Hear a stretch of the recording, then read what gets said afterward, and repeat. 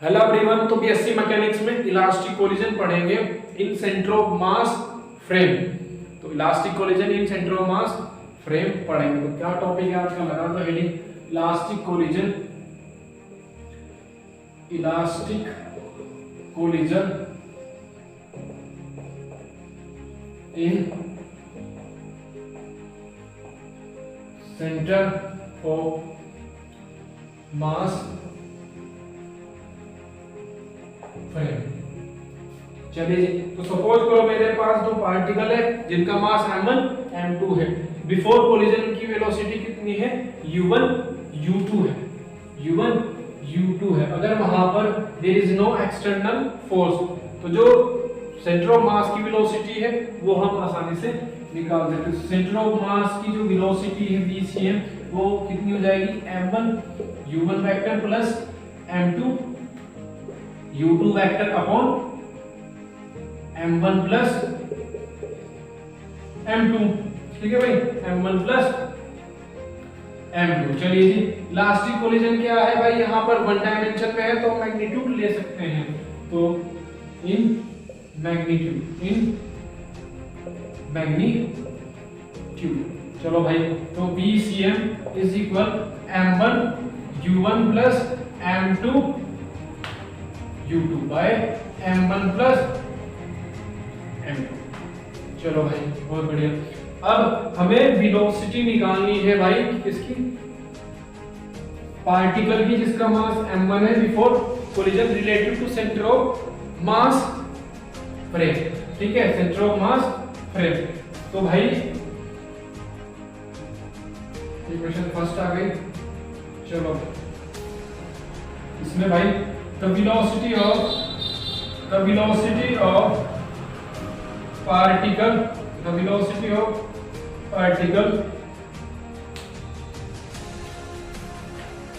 of mass m1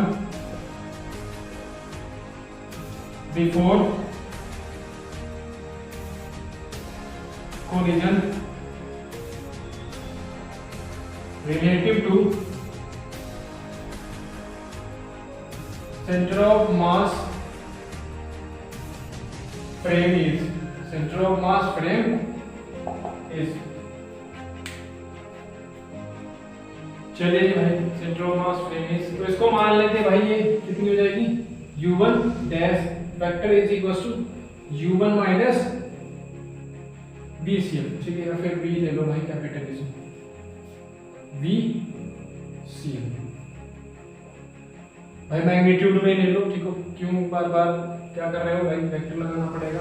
तो taken in magnitude होंगी, तो भाई ये हो जाएगा u1 का डैश, चलो भाई वेक्टर ही लगा लेते हैं, u1 वेक्टर माइनस vcm की वैल्यू कितनी है भाई, ये रही m1 u1 vector plus m2 u2 vector by m1 plus m2। यहाँ पर हो जाएगी भाई, तो ये हो गया m1 u1 vector plus m2, और ये माइनस यहाँ पर है भाई, ऐसे करके मेरे बात भाई सही करके लिख दिया। चलो भाई m2 u2 भाई u1 भाई m1 एक बार u1 के साथ, m1 u1 के और m2 u1 की। ठीक है, मैंने डायरेक्ट कर दिया।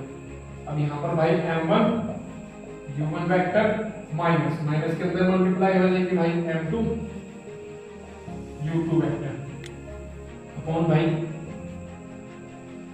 m1 plus m2।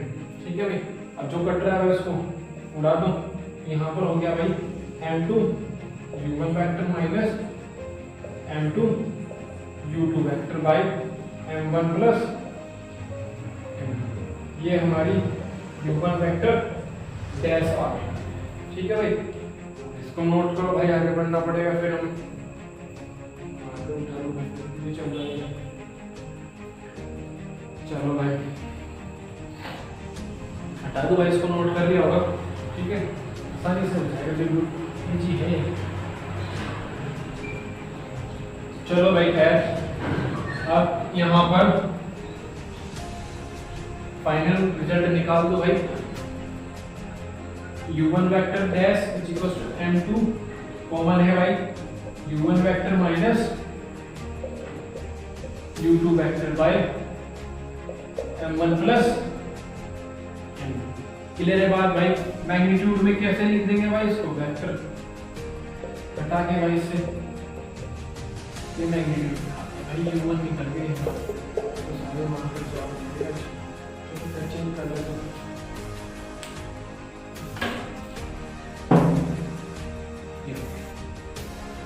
ठीक है भाई। अब निकालेंगे velocity of particle of mass m2 mass m2 before collision relative to centre of mass frame. ठीक है, बस यहाँ पर u2 डैश हो जाएगा, u2 माइनस vcm में से वो कर देंगे। पहले आप लोग इसको नोट करें भाई, फिर हम लोग आगे बढ़ते हैं। ठीक, हटा दो भाई इसको। चलो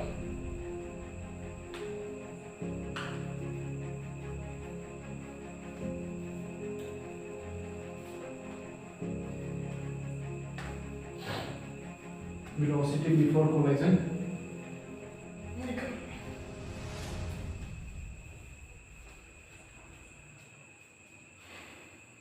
चलो जी,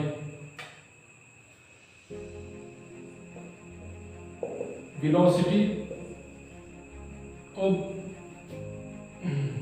particle of mass m2 before collision relative to center of mass frame. ठीक है, इसको नोट करेंगे भाई, u2 डैश से ये हो जाएगी u2 माइनस vcm। ठीक है भाई, चलो भाई u2 वेक्टर माइनस के m1 u1 plus m2 u2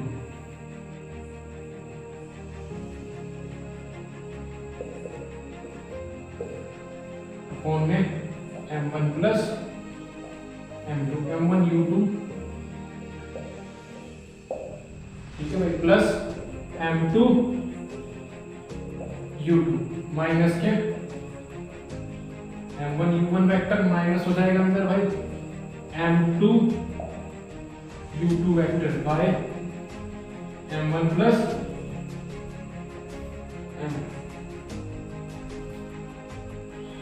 m2 u2 भाई कैंसिल हो जाएगा। चलो यहां से u2 डैश वेक्टर कितना हो रहा है भाई, m1 u2 vector minus m1 u1 vector is upon में m1 प्लस m2। यहां से भाई m1 common u2 vector minus u1 vector upon m1 plus m2। इसके बाद में मैग्नीट्यूड को कैसे लिख देंगे इसको, u2 dash m1 u2 minus u1 upon m1 plus. ठीक है भाई, ये u2 डैश आ गई, यानी कि हमारी u1 डैश u2 डैश आ गई, यानी कि वेलोसिटी आ गई बिफोर कोलिजन। अब वेलोसिटी निकालनी पड़ेगी भाई आफ्टर कोलिजन। ठीक है, चलो इसको नोट करो भाई, फिर आगे बढ़ते हैं लोग।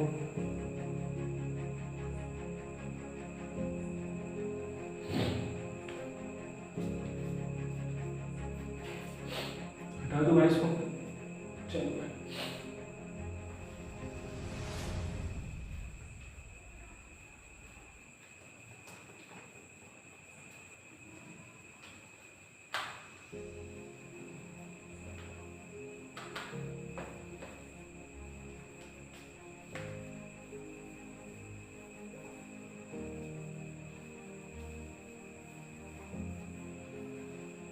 चलिए velocity after collision. velocity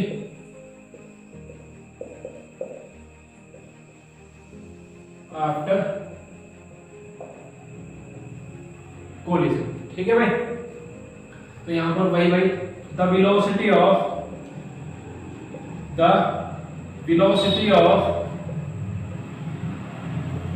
particle of सारे जवाब दे गए। particle of mass m1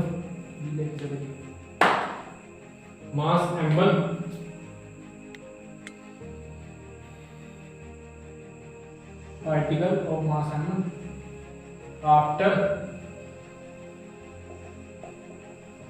collision relative to center of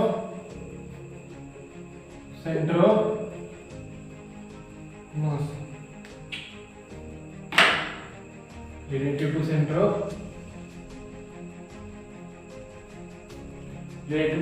of mass frame is। ठीक है भाई, तो v1 हो जाएगी वेलोसिटी भाई, ये हो जाएगी tax is equals to v1 minus vc। अच्छा, v1 की वैल्यू हमने निकाली थी भाई जब elastic collision in perfect elastic collision किया था भाई इन वन डायमेंशन में, तो v1 की वैल्यू भाई लिख रहा हूं मैं m1 माइनस m2 किसके साथ भाई, u1 के साथ में, प्लस 2 m2 u2। ठीक है भाई, इसको भी वेक्टर में ले लो भाई, वेक्टर नोटेशन में, फिर उसके बाद मैग्नीट्यूड में लिख लेंगे m1 प्लस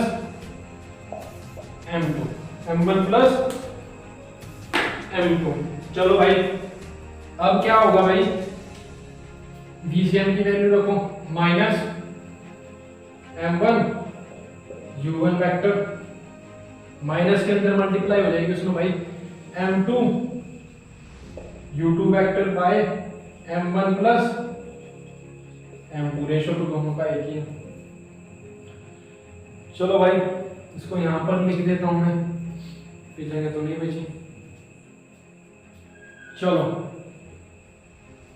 m1 u1 के साथ में ये देख लो भाई, यहाँ पे मैग्नीट्यूड में लिख रहा हूं बस, माइनस के m2 u1 plus 2m2 u2, यहाँ पे देख लो भाई माइनस m1 u1 है माइनस m2 u2 है, अपॉन में भाई m1 प्लस m2 है।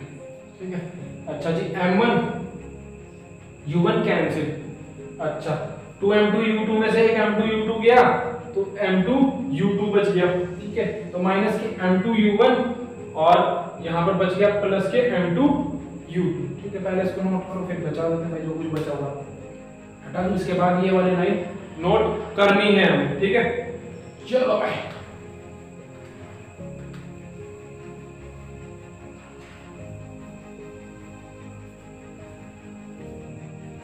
चलिए जी, यहां पर क्या बच गया भाई, माइनस के b डैश। ठीक है, v1 डैश ये तो निकाल रहे हैं, माइनस के m2 u1 माइनस प्लस का यहाँ पे बच जाएगा m2 u2 m1 plus m2। ठीक है भाई, चलो भाई, यहां से हम क्या सकते हैं भाई, m2 कॉमन ले सकते हैं भाई, माइनस के m2 कॉमन, तो u1 माइनस के u2 अपॉन में भाई m1 प्लस m2। ये v1 डैश आ गई भाई वेलोसिटी आफ्टर कोलिजन, पार्टिकल था हमारा मास m1 वाला। ठीक है, अच्छा जी, तो velocity of particle of mass m2 निकालेंगे। ठीक है, इसको नोट करो भाई, पहले वो वाली लाइन, फिर ये वाली लाइन, फिर that implies v dash is equal to ये लिखना। ठीक है भाई, ये वाली लाइन नोट कर ली, उसके बाद ये वाली लाइन लिखेंगे भाई, उसके बाद m2 कॉमन लिया भाई, ये लिखेंगे। ठीक है, चलो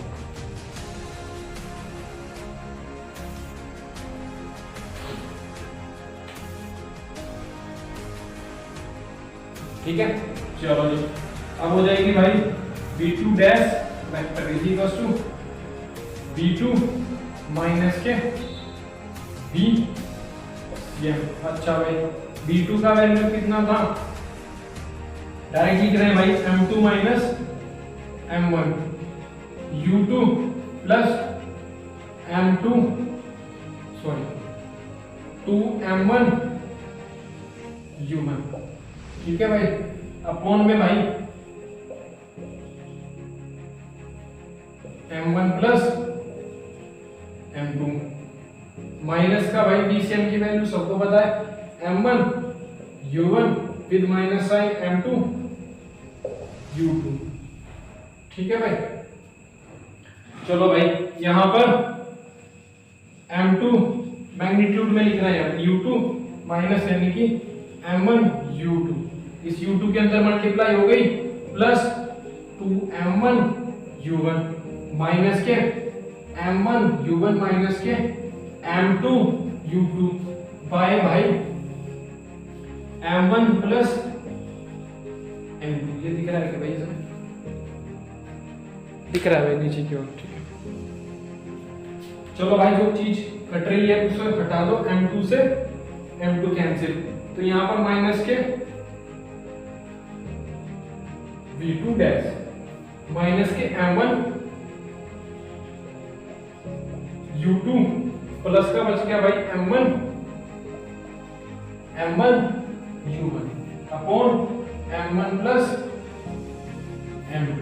चलो भाई माइनस के m1 कॉमन, तो ये बन गया भाई u2 minus u1 upon m1 plus m2 v2 dash इतनी आ गई भाई, वहां से माइनस के m1 कॉमन ले लिया तो u2 माइनस u1 हमारा बच गया, v2 डैश मिल गई। अब हम कह सकते हैं कि जो सेंटर ऑफ मास है हमारा वो क्या है भाई, रेस्ट में है before and after collision relative to centre of mass reference frame, यानी कि जो सेंटर ऑफ मास है हमारा वो रेस्ट में है before and after collision relative to centre of mass reference frame, ठीक है। v2 डैश भी निकल गई भाई, v1 डैश भी निकल गई और वेलोसिटी बिफोर कोलिजन भी निकल गई हमारी u1 डैश और u2 डैश, तो इससे सेंटर ऑफ मास हमारा क्या गया रेस्ट में आ गया।